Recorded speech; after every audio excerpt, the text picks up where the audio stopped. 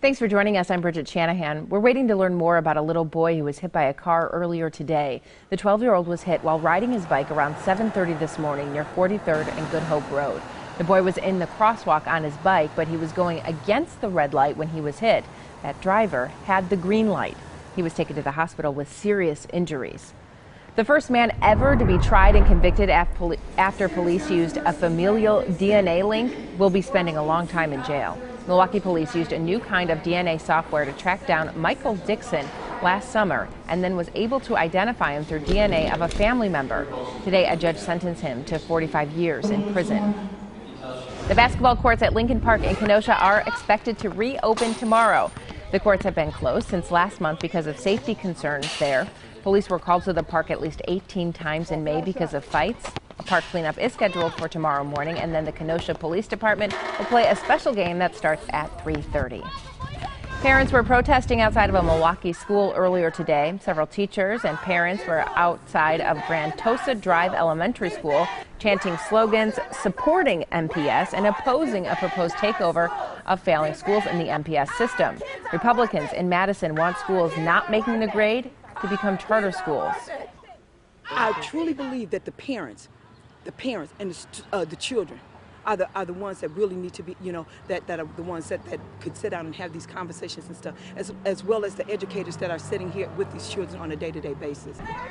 The proposal to disband those failing schools is part of the proposed state budget and is still under negotiations in Madison. If you're going to the Brewers game tomorrow afternoon, stick around for a free show. OAR will be performing around 30 minutes after that game wraps up. This is the second of 3 free concerts being offered after Brewers games this season. The next one is the Goo Goo Dolls in August. Crazy week. We had 3 days in the 80s. 2 of those were in the upper 80s, and now it's back to fall just because of a storm system that brought us the rain, the clouds, and now the northeasterly winds. Gray sky continues over Milwaukee. At least the fog has lifted and that drizzle has ended, and so have the scattered rain showers that were lingering around earlier this morning as well. Now up to 59 degrees, northeast wind at 9. It is damp and cool outside. We needed the rain, however. The gardens were looking a little stressed, so were the lawns. We hadn't had much rain of late. Now some neighborhoods did, but for the most part, Milwaukee almost an inch below normal for May. And until the rain yesterday, only 2 days with rain. And it was over an inch below normal for the month, so we were over 2 inches below normal for the last 6 weeks. Yesterday, we picked up almost that deficit in one storm system. At least there wasn't any flooding, but there's quite a bit of standing water around in some locations. And that is going to create mosquitoes starting this weekend with the warmer weather.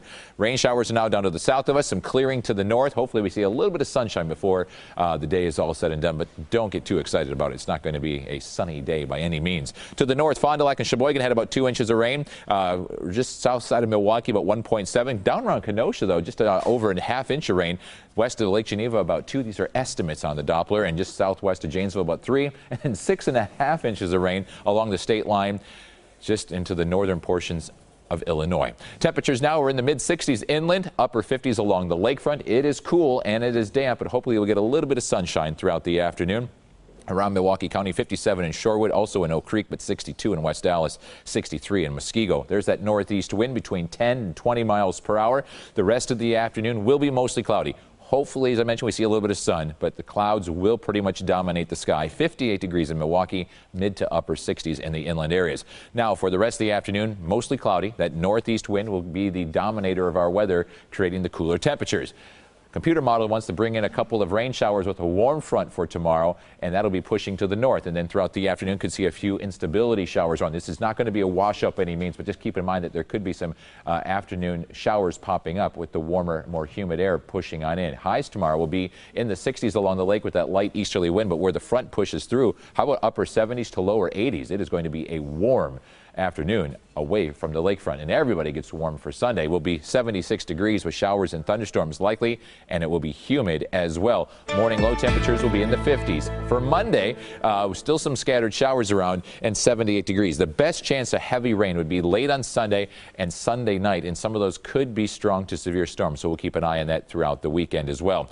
Not a bad weekend, but just not a perfect weekend either. Great weather, though, moves in here for Tuesday, Wednesday, and Thursday with sunshine. We can finally dry out, and high temperatures will be in the lower 70s.